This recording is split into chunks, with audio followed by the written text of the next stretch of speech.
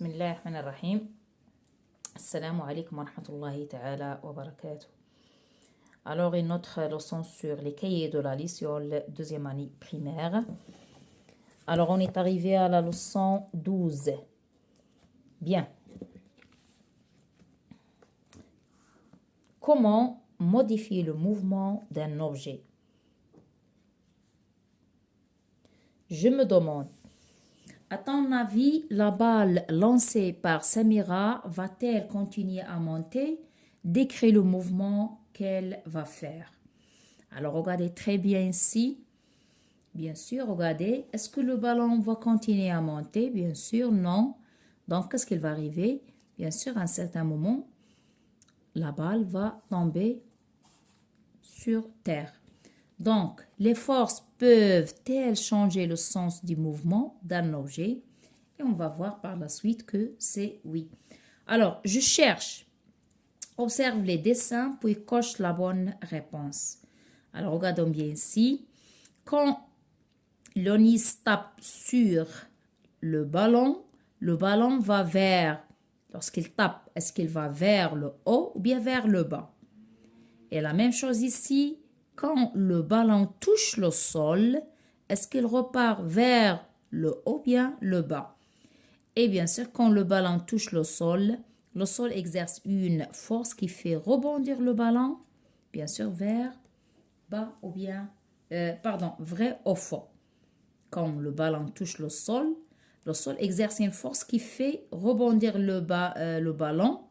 Est-ce que c'est vrai ou bien faux? Et pour la suite, vous avez, alors, troisièmement, observe les dessins puis coche la bonne réponse. Quand Farah appuie sur la boule en polystyrène, sa main va vers le haut bien le bas. Si Farah retire sa main, la boule en polystyrène va vers le haut bien le bas.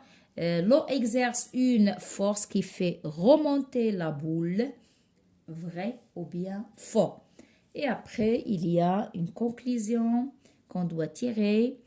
J'ai compris que quand on exerce une force sur un objet en mouvement, il est possible de modifier le sens de ce mouvement.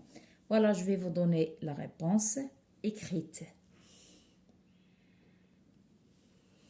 Alors voilà, ici on va dire quand le Nice tape sur le ballon, bien sûr, le ballon va vers le bas.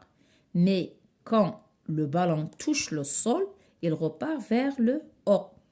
Et quand le ballon touche le sol exerce une force qui fait rebondir le ballon.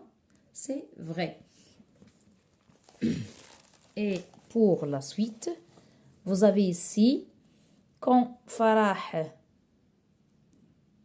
appuie sur la boule en polystyrène, sa main va vers le bas quand il appuie.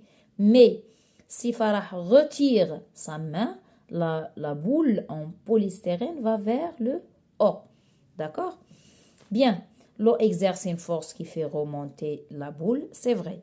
Et voilà, quand on exerce une force sur un objet en mouvement, il est possible de modifier, bien sûr, le sens de ce mouvement comme on a vu ici.